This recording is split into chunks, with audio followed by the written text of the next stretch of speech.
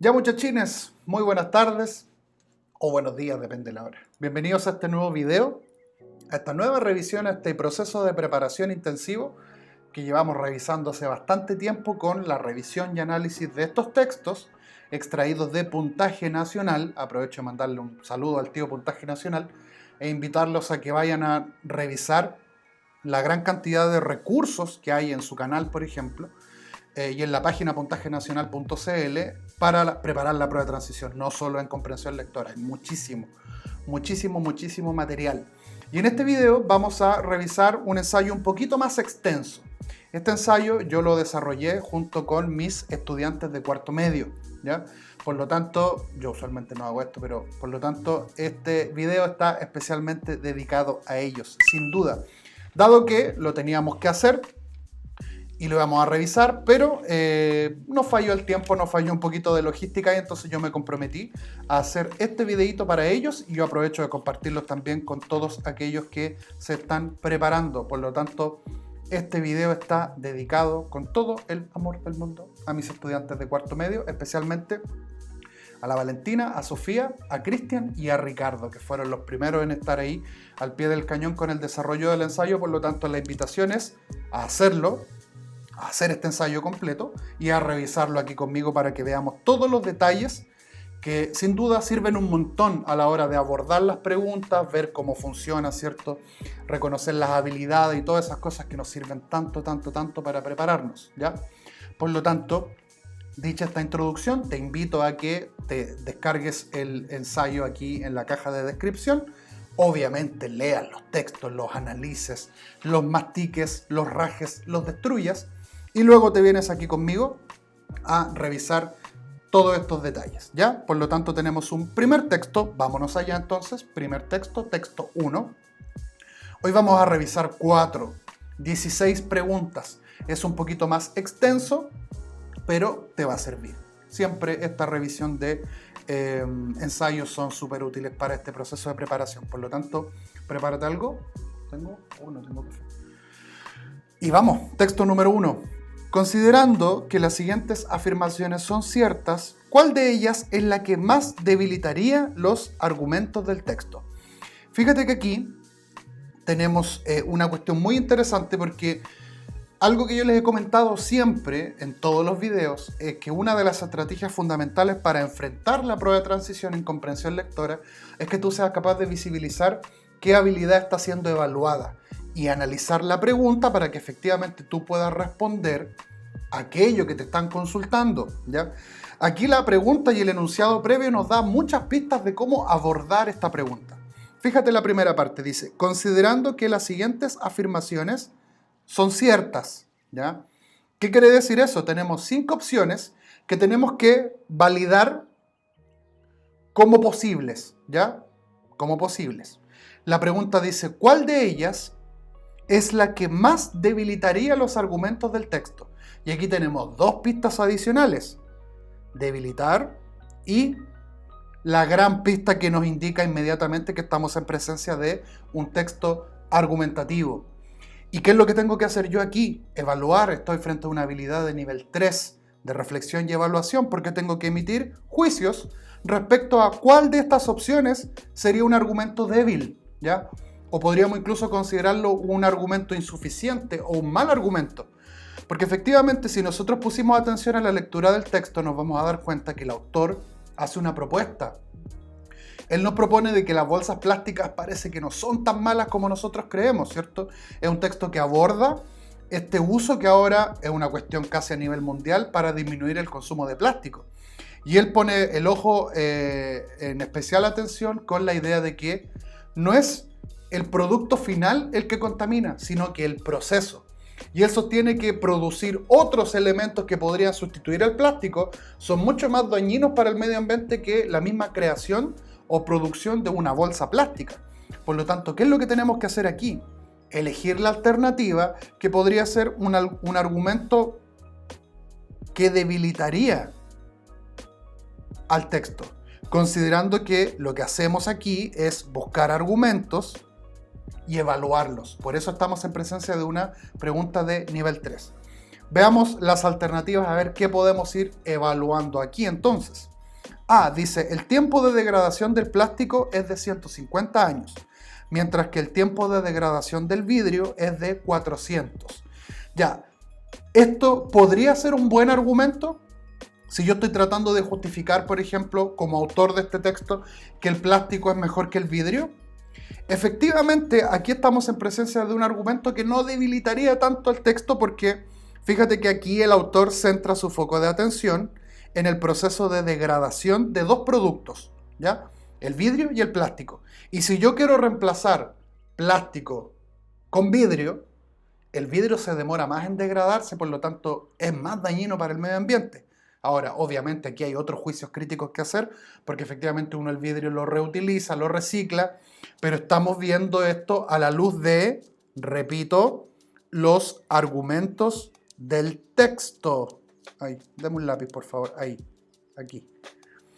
Los argumentos del texto, no argumentos en la vida real. Por eso es importante poner especial atención y no salirnos del foco aquí de interés, puesto que lo que nosotros estamos evaluando es si estas alternativas podrían ser argumentos del texto, ¿ya? B. La producción de ciertas bolsas de papel solo requiere el doble de consumo de energía que la producción de bolsas plásticas.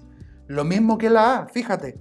Lo que hace el autor aquí es centrarse en el proceso de producción. O sea, producir papel consume el doble que producir plástico. Por lo tanto, valida. Es un buen argumento. Técnicamente un buen argumento desde el punto de vista del texto. Nos sirve. C. El peso de un vehículo recolector de basura con contenedores plásticos es 0.001 inferior a uno con recipientes de vidrio. Esto tiene que ver con la noción del transporte, o sea, transportar plástico es inferior al vidrio. Sí, si pensamos que el peso puede ser un factor, efectivamente podría funcionar como un argumento. Es más práctico trasladar plástico que trasladar vidrio. D dice, los recursos energéticos requeridos para disponer del plástico usado son casi 400 veces superiores a los de otros materiales. Ya, fíjate que aquí es donde la cosa se pone compleja porque la alternativa dice, los recursos requeridos para disponer del plástico. Disponer del plástico tiene que ver con todo el proceso, ¿ya? Disponer de plástico usado son casi 400 veces superiores.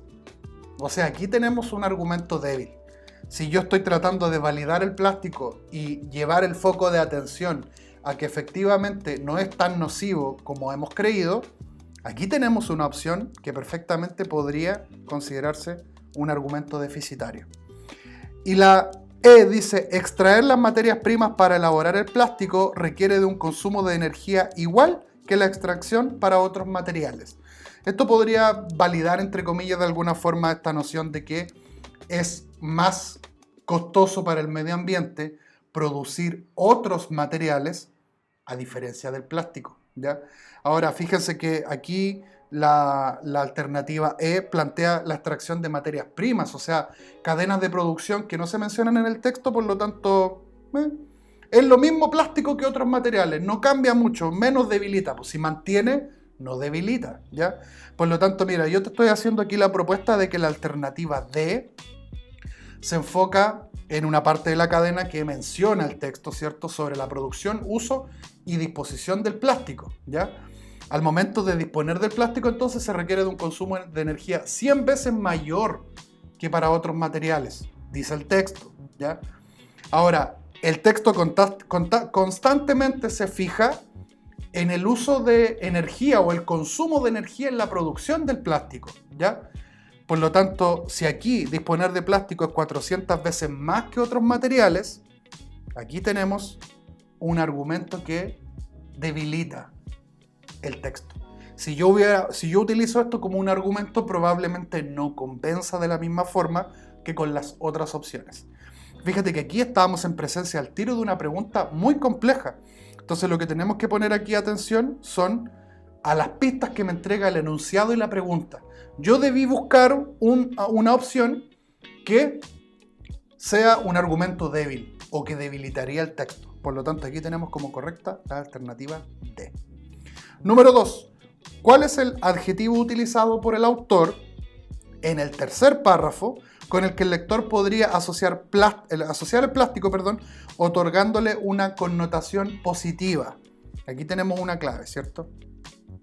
O sea, tendríamos que ir a dar una mirada al tercer párrafo, ¿cierto? Y descubrir cuál de esas opciones le da una connotación positiva al plástico. A ver, miremos el párrafo 3. Dice: por otro lado, los recipientes plásticos son más livianos que los de otros tipos de materiales como la cerámica y ciertos materiales sintéticos. Si vamos a transportar muchos de esos productos, y aquí pone como ejemplo lo que aparece en el párrafo 1, la gente en Beijing que lleva su comida en, no sé, por lo que nosotros en Chile denominamos tupper, por ejemplo, que son plásticos, ¿ya? Emplear un producto más pesado implica que la energía requerida para transportarlo es mayor. Además, el peso liviano de los plásticos significa que aportan menos peso a la basura y así los recolectores de basura consumen menos combustible para transportar los desperdicios. Fíjate que aquí habla de lo liviano que es un envase plástico. Cabe anotar que una de las organizaciones ambientales en Europa que más se opone al uso de los plásticos fue fundada por una persona que luego constituyó una compañía de recolección de basura. ¿Es posible confiar en los argumentos ambientales de una organización cuyas críticas al plástico terminan por aumentar el peso de los desperdicios y por lo tanto enriquecer a su fundador? Fíjate que aquí el autor nos propone varios puntos, pero el nudo central es la comodidad. La comodidad. Estamos tratando de buscar un adjetivo dentro de las alternativas que mejor nos permita hacer la asociación, ¿ya? La asociación. Y aquí tenemos una clave. Aquí tenemos una clave.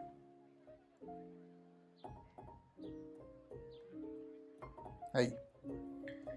Transportar ese alimento, por ejemplo, que nosotros llevamos en recipientes livianos, ¿ya? Llevar en cerámica, llevar en vidrio podría ser considerado algo mucho más pesado, ¿ya? Por lo tanto, el foco de atención aquí está en dos partes. Una, en el vínculo que podemos encontrar como lectores, y la segunda parte que utiliza como argumento esta compañía.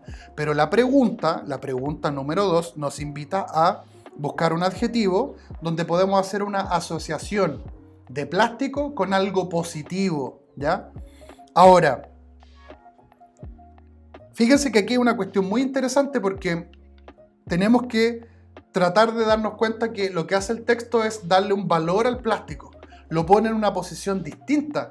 Es un material que siempre asociamos de manera típica con el daño al medio ambiente. Pero el texto ocupa recursos para que nosotros hagamos asociaciones positivas con el plástico, que lo podamos seguir usando, por ejemplo, ¿ya? Ahora, todos estos adjetivos que están aquí en la opción, en las opciones, bien digo, tienen que ver con cuestiones positivas o deberían apuntar a cuestiones positivas. Fíjate, nutricional tiene que ver con aporte energético, ¿ya? Con aporte energético. O sea, yo perfectamente puedo descartar nutricional porque ¿qué aporte nutricional me podría entregar el plástico?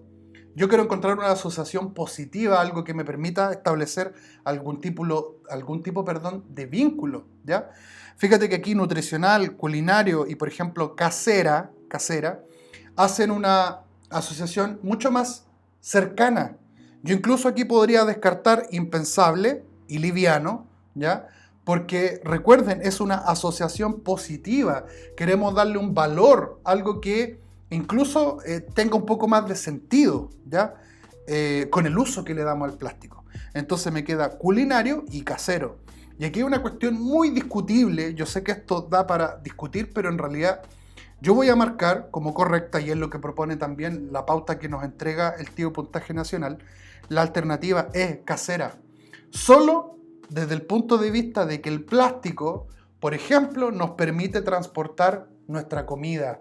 La gente que trabaja y no alcanza a almorzar en casa debe transportar comida. Y esa comida está hecha en casa. Tu propio alimento es el que tú transportas. Y esa es la asociación que nosotros podemos hacer conectándolo del párrafo 3 con la contextualización. Con estos trabajadores que llevaban su comida a lo largo de sus viajes en transporte público, por ejemplo, ¿ya? Por lo tanto, vamos a marcar como la asociación más positiva que podemos hacer con el concepto de casero, la comida casera que yo preparo y llevo a mi trabajo. Número 3. ¿Qué función cumple el primer párrafo del texto? Nos hemos encontrado muchísimas veces y nos vamos a seguir encontrando preguntas de análisis textual de este tipo para ver cómo funcionan los distintos elementos y las partes del texto. Si me preguntan por el primer párrafo dentro de un texto argumentativo, yo tengo que aplicar cuestiones de su estructura. Yo tengo súper claro que las primeras partes de todo texto no literario tienden a la introducción, ¿ya? Eso lo sabemos, por lo tanto, apliquémoslo aquí. La tendencia a la introducción quiere decir que en las primeras líneas el autor debe presentarme el tema, debe presentarme los alcances de ese tema, debe ponerme un contexto para que yo me vincule con el contenido del texto. Por lo tanto, sabiendo eso, veamos qué nos dicen las alternativas. A dice, introduce el punto de vista y la autoridad del escritor sobre el tema. Bueno, efectivamente, si lo pensamos bien, la noción de introducir, ¿cierto?, de presentar, es correcta, pero aquí hay un distractor. No tenemos la perspectiva de autoridad que el autor nos propone, por lo tanto, la alternativa A la podemos descartar, ¿ya? Tendríamos que encontrarnos en el primer párrafo que la persona o el autor que produce ese texto es alguien íntimamente vinculado con el medio de la producción de plástico, por ejemplo. Alguien que sabe de la materia. Y esa información no la tenemos en el primer párrafo. B. Formula la tesis y resume la información que seguirá de fundamento. Lamentablemente el párrafo 1 no presenta la tesis. Yo dejé una marquita, ¿cierto? Es en los párrafos siguientes donde encontramos la tesis, esa idea que el autor siempre busca defender. C. Esboza los argumentos que se presentarán a lo largo del texto. Fíjense que en el primer párrafo no encontramos argumentos, encontramos una asociación. Si tú vuelves al primer párrafo, de hecho vamos allá porque a mí este ejercicio siempre me gusta hacerlo, me gusta que volvamos al texto y verifiquemos. Fíjense lo que hace aquí en la primera parte es poner un contexto utilizando de ejemplo China, Beijing. Millones de personas viajan desde las afueras de la ciudad para llegar a sus trabajos. Al mediodía abren sus morrales y sacan el almuerzo que han preparado en sus casas, con el sabor tradicional y que a cada cual le gusta con los ingredientes saludables. Disfrutan de un almuerzo humeante y suculento. ¿Qué les permite esto? El plástico.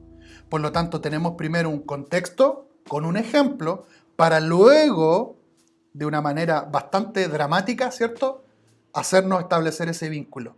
¿Qué es lo que produce, qué es lo que permite, bien dicho, que esta gente pueda comer su comida hecha en casa, en el trabajo? El plástico. Y aquí es donde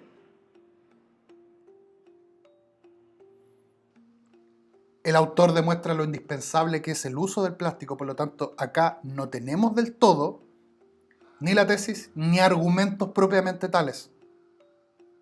Por lo tanto, sigamos revisando las alternativas.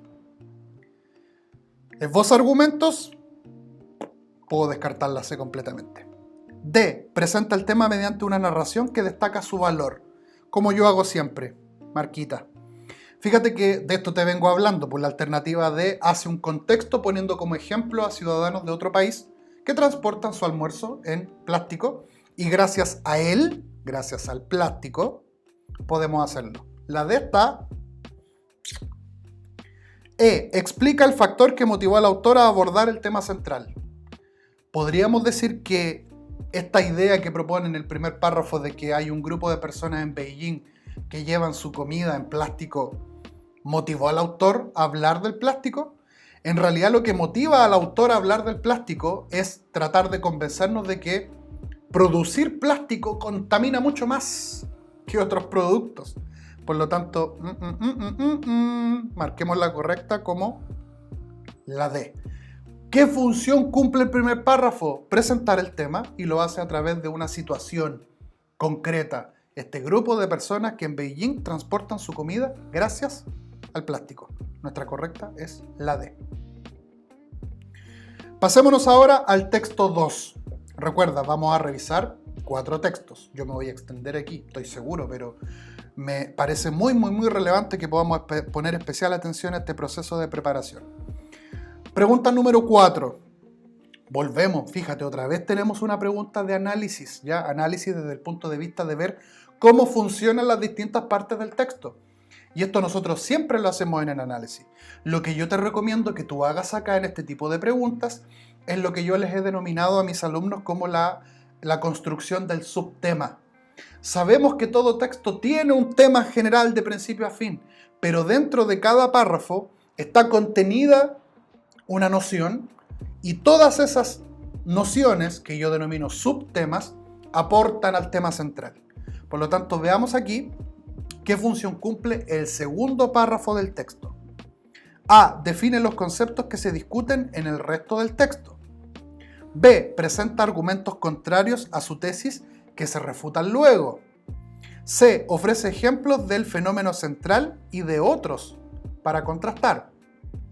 D. Ubica al lector de manera concreta en las características del tema. Y E. Explica en detalle el primero de los 3 elementos del tema central. Si volvemos al texto, nos vamos a encontrar con... ¿Cuál es el párrafo que me consulta? El segundo. El segundo párrafo dice: si uno decidiera mudarse a Manaus, Brasil, o tal vez a Iquitos, Perú, ambas localidades ubicadas dentro de la cuenca amazónica, debería esperar al menos 130 días de lluvia al año, y en algunos lugares hasta 250 días.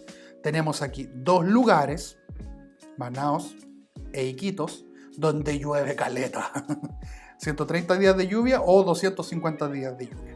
La temperatura será constantemente cálida, a menudo calurosa, 31 grados, y en nocturnas 22, o sea, es un clima, calurosín. Y la humedad relativa nunca será menor al 80%. La humedad es altísima, por lo tanto uno siente que anda pegoteado todo el día. Yo moriría en un clima como este. Yo el calor no lo tolero. Aunque puede llover en cualquier momento dado, la lluvia en la mayoría de los lugares será estacional. En pocas palabras, así es como son los trópicos. Qué buen dato te arrojaste aquí, papá. En la cuenca del Amazonas, el corazón mismo del neotrópico, el clima es permanentemente caluroso y húmedo. Estamos aquí obviamente en presencia de un texto que nos habla de esta zona de la Amazonía, ¿ya? Este lugar de la zona mesocentral de América del Sur aquí.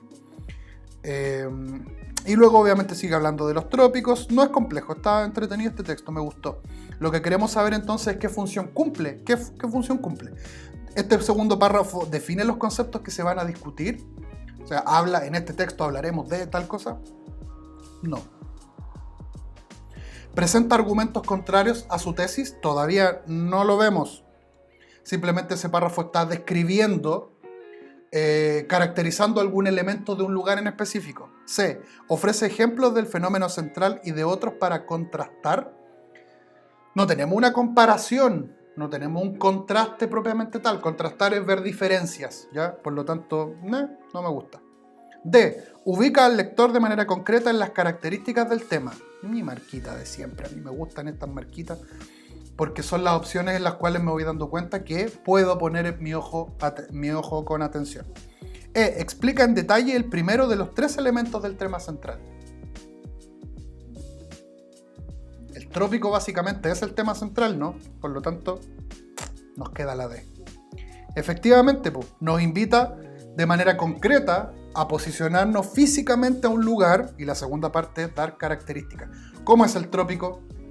Está caluroso y húmedo como la puta madre. Por lo tanto, nuestra correcta es la alternativa D.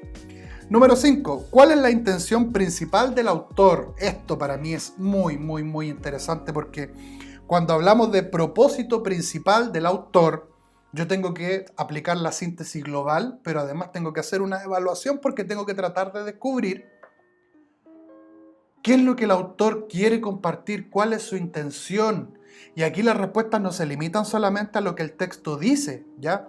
O sea, si yo leo el texto, se explica el sol, se explica la posición de la tierra, factores que afectan a la temperatura, la humedad, la lluvia, o sea, características, básicamente características del trópico, ¿ya? Yo cuando leo un texto como este me doy cuenta que jamás me iría a vivir a un lugar como ese, ¿ya?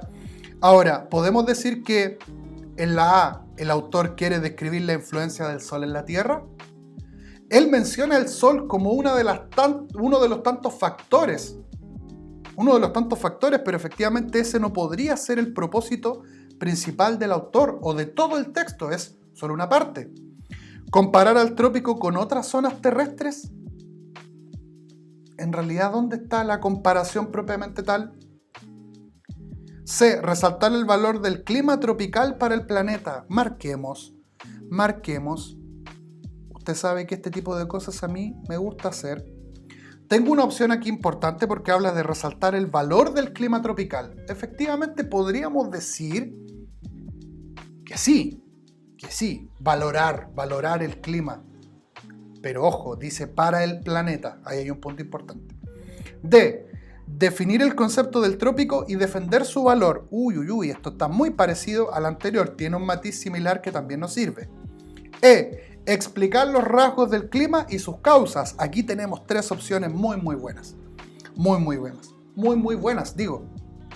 Ahora, nosotros nos vamos a dar cuenta que gran parte de lo que hace el texto es caracterizar el clima tropical, ¿ya? Las demás opciones, sí, pueden ser un súper buen distractor, pero si hilamos fino C y D, nos van de manera global y general a lo que el autor hace, que es caracterizar el clima tropical. Si nosotros le damos una mirada al texto, déjenme, ahí sí, que hago marcas sin querer con la aplicación. En la medida que nosotros vamos revisando todos los lugares de los cuales el autor habla, Colombia, Perú, Brasil, de América del Sur, Manaos, Iquitos, cómo es el trópico, son cálidos y generalmente húmedos, se van desarrollando las características. Ahora, en cambio dice el Ecuador incrementa, el calor se incrementa y el aire se eleva. O sea, son las consecuencias de lo que pasa en estos ciclos. Por lo tanto, básicamente, este texto nos va dando datos, pistas, información, características de los rasgos del clima y sus causas o sus orígenes. Por lo tanto, vamos a validar como correcta la alternativa E. Explicar los rasgos del clima tropical y sus causas. Vámonos con la pregunta número 6. ¿Cuál es el argumento principal del tercer párrafo del texto? Ya, aquí hay una cuestión sumamente interesante porque tenemos que tratar de encontrar dentro de todo el párrafo, no solo una idea aislada, dentro de todo el párrafo, un argumento que sea el más importante, porque hablamos de argumento principal. Y la noción de principal siempre la vamos a asociar como lo más importante, ¿ya? Lo más importante. La inclinación de la Tierra sobre su eje explica el calor y la duración de los días. Claro que sí, claro que sí. Por eso, los rayos del sol en el Ecuador pegan directo. Muy bien. Los trópicos son regiones de la Tierra, dice la B, concentradas en torno a la línea del Ecuador. Sí, eso es cierto, pero no lo estoy utilizando como un argumento. O sea, el autor está tratando de decirnos que en el trópico hace calor porque el sol pega directo, ¿ya? Como menciona la A, por ejemplo. No. Vamos a descartar la B. C. La radiación solar calienta más a la Tierra en los trópicos que en otras latitudes. Sí, eso es cierto, eso está bastante bien. Vamos a tener que elegir aquí porque A y B son muy similares. D. Los rayos del sol llegan a la Tierra de manera más oblicua que en los polos que en el trópico. No, si oblicuo es como así. Y eso pasa en el Ecuador, fuera la D. E. En las regiones templadas y polares, a diferencia de los trópicos, se dan las estaciones. Sí, ese dato es parcialmente cierto, pero no nos sirve como un argumento principal. Si nosotros ponemos especial atención, el párrafo 3 habla de este ángulo de la Tierra donde los rayos solares pegan directo, ¿ya? Por lo tanto, desde ese punto de vista, vamos a validar como nuestra correcta la alternativa A. El eje de la Tierra explica el calor y la duración de los días. Tiene que ver con el impacto directo que tiene la posición de la Tierra respecto al Sol. Por eso el trópico es así. Nos quedamos entonces con la alternativa A.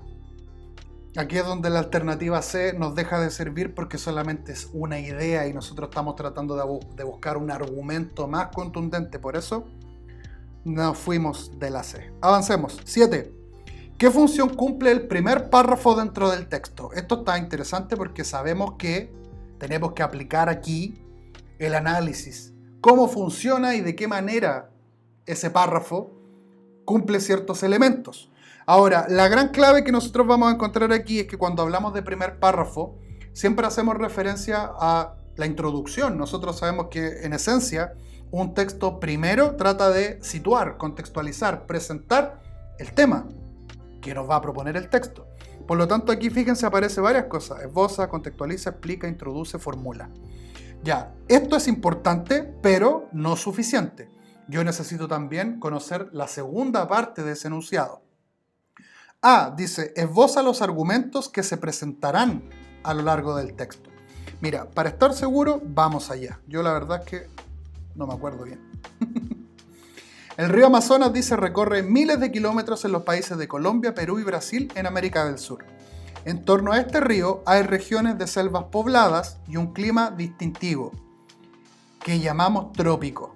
A esta región alrededor del Amazonas se le conoce como la cuenca amazónica y el clima tropical del continente americano como el neotrópico. Tenemos aquí hartos datos. Hartos datos. Muy bien. Me llevo una idea más o menos interesante de qué habla este primer párrafo. ¿Esboza los argumentos? No. No tenemos argumentos ahí en el primer párrafo. B. ¿Contextualiza el tema con definiciones de conceptos básicos? Sí, pues lo hace. Nos dice claramente qué es y dónde está ese trópico. La B está buena. C. ¿Explica el factor que motivó al autor a abordar el tema central? No. En ningún momento hay una explicación de ese tipo. Y técnicamente las introducciones, salvo ciertos textos, podrían servirnos para explicar la intención o la motivación del autor. Pero en este caso no lo vemos. Introduce el punto de vista y la autoridad del escritor sobre el tema. Ya vimos que tampoco lo hace. Formula la tesis y resume la información. Tampoco.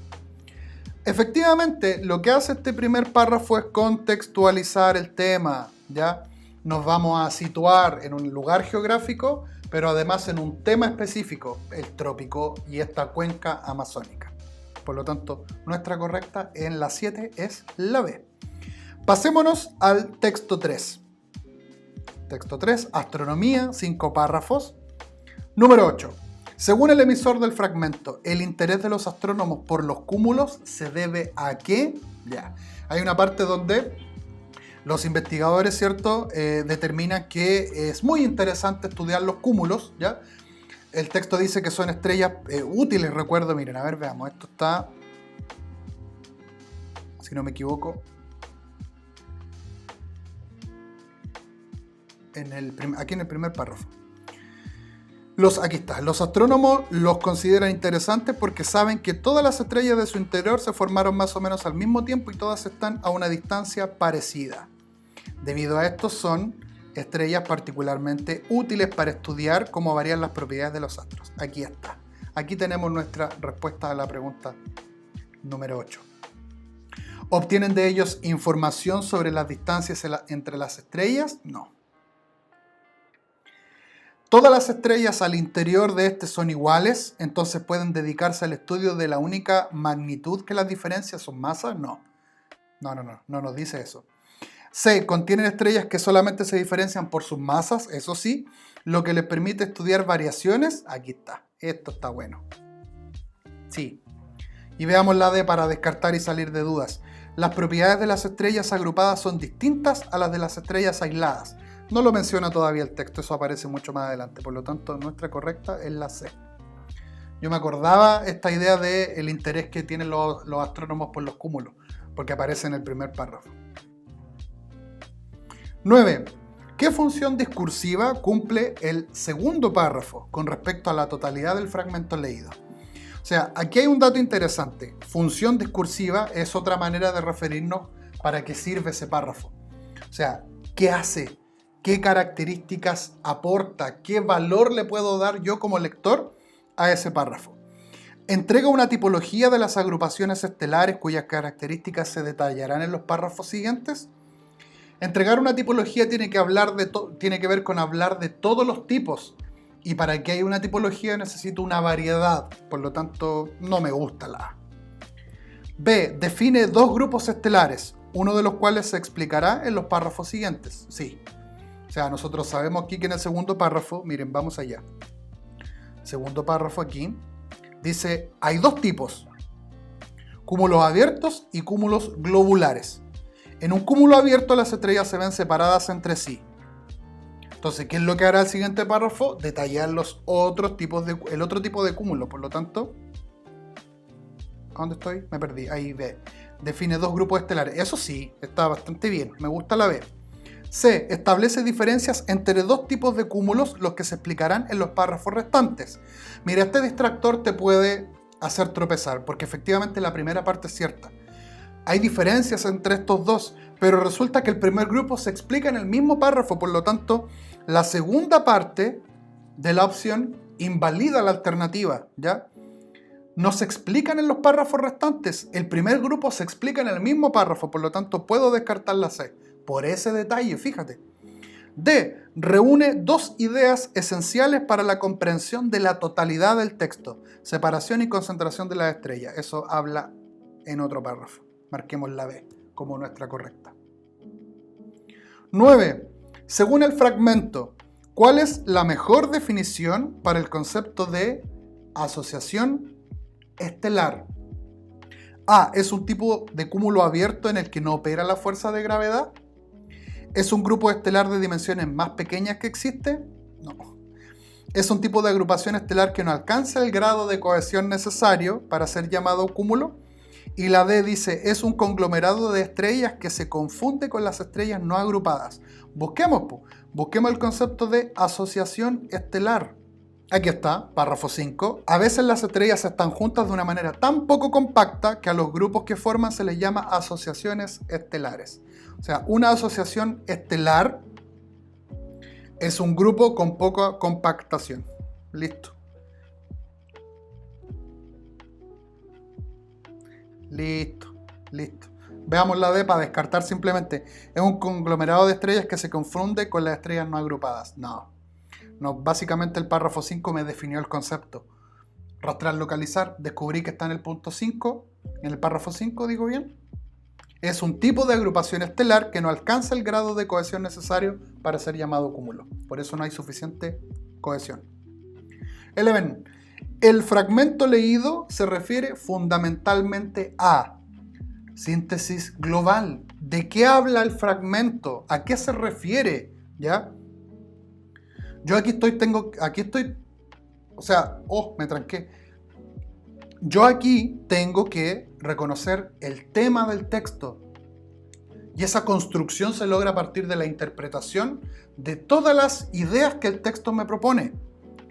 A. La formación y agrupación de estrellas. Tenemos que tratar de ser precisos. B. La importancia del estudio de los cúmulos estelares. Sí, habla de los cúmulos estelares, pero el texto no se centra en su importancia, ¿ya? C. Los cúmulos abiertos y globulares. Y la D. Los cúmulos abiertos. Tenemos aquí dos posibilidades, porque efectivamente ambas alternativas, C y D, son bastante cercanas a lo que el texto nos habla. Pero ¿cuál de las dos es más precisa? Cúmulos abiertos y globulares. Aquí tengo que tratar de ser lo más preciso posible. Tengo que tratar de que la alternativa que yo escoja sea la que englobe mejor la opción. Cúmulos abiertos es la alternativa D, deja una parte fuera del texto, por lo tanto vamos a marcar la C como nuestra alternativa correcta. Y finalmente, texto 4, tenemos una infografía que habla sobre el dengue. Voy a mover ahí un poquito y me voy a ir acercando en ciertas partes, ¿cierto? Para que pongamos especial atención a algunos elementos de análisis. Pero efectivamente, mira, voy a agrandar ahí, dengue, signos de alarma, letras rojas, ¿cierto? Una campaña de prevención probablemente. No más muertes por dengue. Si usted o alguien en su familia presenta cualquier tipo de los siguientes síntomas, su vida está en peligro. ¡Ay, mamá! Ahí, su vida está en peligro. Síntoma 1, dolor de estómago, vómitos, sangrado de encías. Oye, eso no lo sabía. Si me sangran las encías, o un cansancio o irritabilidad cuando alguien anda enojado todo el día, puede ser un síntoma. No espere, no se automedique. Y aquí está la fuente, ¿cierto? Y obviamente aquí yo tengo también las agrupaciones que forman parte de esta campaña. Perdón, ahí sí. Vamos a las opciones.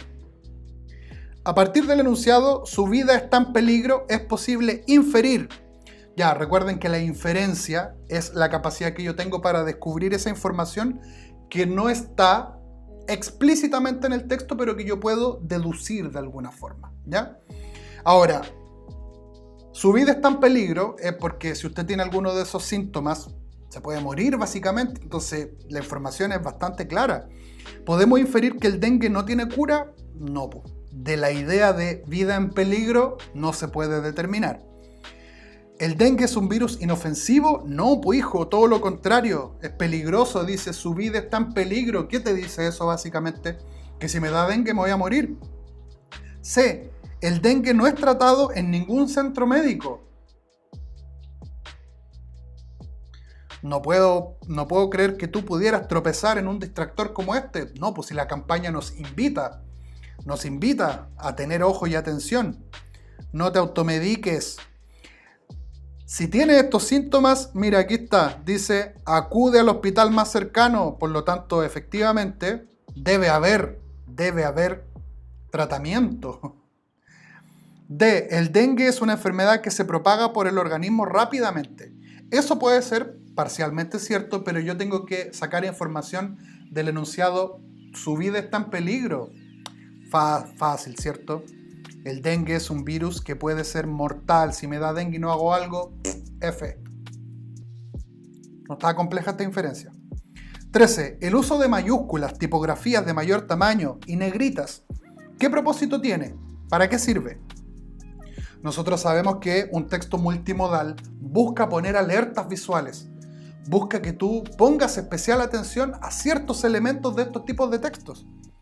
¿Servirá A para destacar datos, conceptos e informaciones? Claro que sí, claro que sí. De hecho, es uno de los tantos elementos.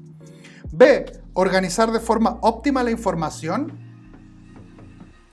Nosotros tenemos súper claro que el tipo de letra, el color, el tamaño es la alerta visual. Destacar, por lo tanto, la A nos sirve más que la B. C. ¿Embellecer el afiche? Sí. El componente estético que tenga un afiche, claro que le da un gran valor. D. ¿Hacer que el afiche sea visualmente atractivo? Claro que sí. Obvio que sí. E. ¿Demostrar el talento y la creatividad? No, pues es una cuestión que no necesariamente tiene que ver con mis niños. Propósito comunicativo es que el afiche cumpla los propósitos para los cuales fue creado. Y esto es una infografía que nos habla de los peligros del dengue, ¿ya? Tenemos aquí tres opciones. El uso de mayúsculas, tipo de letra, tamaños y negritas. ¿Cuál es el propósito? Volvamos, miren, aquí está. Negrita, esto es marcado. Dengue, el nombre de la enfermedad. O sea, todo lo que está remarcado busca captar o llamar nuestra atención. Me pasé, ahí está. Tenemos que elegir entre la A, la C y la D. ¿Cuál de esas opciones es la que mejor le da valor al propósito? Mira, descartemos embellecer el afiche porque si bien es un elemento estético importante, el propósito no es que sea bonito, el propósito es que la gente le ponga atención, ¿ya? Ahora, lo visualmente atractivo, claro que cumple un valor, pero efectivamente el uso de tipografía, mayúsculas y letras de mayor tamaño es para marcar los conceptos, hacerlos claros, visibles y que la gente ponga atención a ese afiche. Por lo tanto, nuestra alternativa correcta aquí es la A. Destacar conceptos e informaciones relevantes. 14. ¿Con qué propósito se utilizan los signos de exclamación en los enunciados? Signos de alarma y no espere, no se automedique. esta pregunta 14 está bastante relacionada con la anterior. Tenemos que ver cómo esos recursos no lingüísticos, y lingüísticos también las palabras, son realmente un aporte o nos sirven, propósito comunicativo. Dar a entender que son órdenes que todas aquellas personas contagiadas deben seguir, parcialmente. Dar un carácter urgente a esta información. No espere, no se automedique. Sí. O sea, es importante, está en riesgo la vida, eso es lo que estamos determinando. Recriminar a los lectores por no seguir estas instrucciones, no necesariamente, podemos descartar la C. D. Transmitir el enojo que sienten las autoridades. No, pues si una campaña de salud, las autoridades quedan de lado y la información que se comparte es objetiva. E. Restar importancia a esta parte de la información. Todo lo contrario, no le restamos importancia, le damos importancia. La clave está aquí en la urgencia, ¿ya? Es urgente, hágalo pronto, aguja, atento. Nuestra correcta es la B. Este tipo de alertas lo que hacen, chiquillos y chiquillas, es marcar la urgencia y la importancia que tiene. Si no, nos vamos a morir. 15. La expresión signos de alarma, ¿a qué hacen referencia? Volvamos al texto porque ya me olvidé. Signos de alarma, ahí está. Dengue, signos de alarma. Ya, aquí tengo una muy buena pista. Aquí tengo signos de alarma, ¿cierto? Vamos a ver qué será.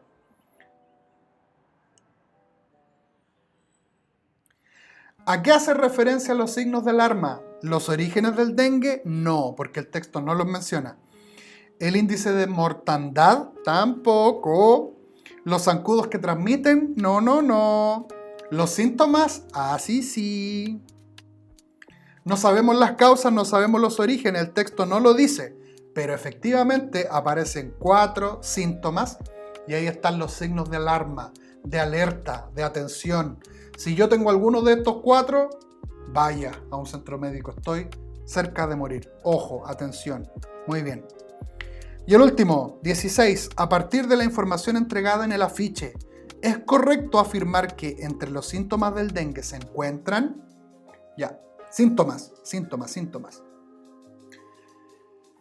El texto nos aporta información. Yo tengo que determinar si es correcto afirmar que una de estas alternativas presenta estos elementos. Ya, esto es rastreo y localización. Está muy fácil. Yo simplemente tengo que ir al texto y darme cuenta. ¿Cuáles eran, mis niños, los 4 síntomas?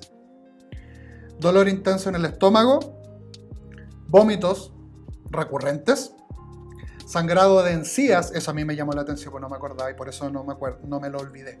Cansancio e irritabilidad, tenemos 4. Fiebre y dolor estomacal, sí, pero fiebre no, por lo tanto la A no es. Dolor estomacal y dolor de cabeza, dolor estomacal sí, pero dolor de cabeza no. C, vómitos frecuentes y cansancio o irritabilidad, sí. Fiebre y mareos, no. De hecho, ninguno de los dos es un síntoma. Vómitos frecuentes y fiebre. Vómitos frecuentes sí, pero fiebre no. Por lo tanto, nuestra correcta es la C. Fíjate, aquí hay trampas, habían pequeños distractores. Rastreo y localización, simplemente volviendo al texto y verificando cuáles son esos síntomas. Ya, aquí está la clave de la pregunta, perdón. Ahí sí, que se me movió. Ahí. Determinando cuáles son esos síntomas, con eso vamos a determinar esta sencilla pregunta. Dejémoslo hasta acá. Siento que estuve caleta rato revisando ensayo. ¡Wow! Pero se lo debía a mi curso y se los debo a ustedes también para que continúe este proceso de preparación. Haz el ensayo y luego te vienes conmigo a revisarlo y esa práctica te va a llevar, ¿cierto?, a ir validando de mucho mejor forma todo ese conocimiento práctico que tú vas desarrollando a lo largo de este proceso de preparación en comprensión lectora. Ya, hay que ir a hacer almuerzo, yo creo. Nos vemos en un próximo video, chiquillos, y no olviden revisar todo el material que yo les dejo aquí en el canal para que puedan preparar la prueba de transición. Así que les mando un gran abrazo, un gran saludo, un gran cariño a mis 3/4. Los extraño mucho, por favor, a practicar, chiquillos. Puntajes nacionales quiero. Espero. Sí. Y un gran saludo para todos. Que estén muy bien y nos vemos. Adiós.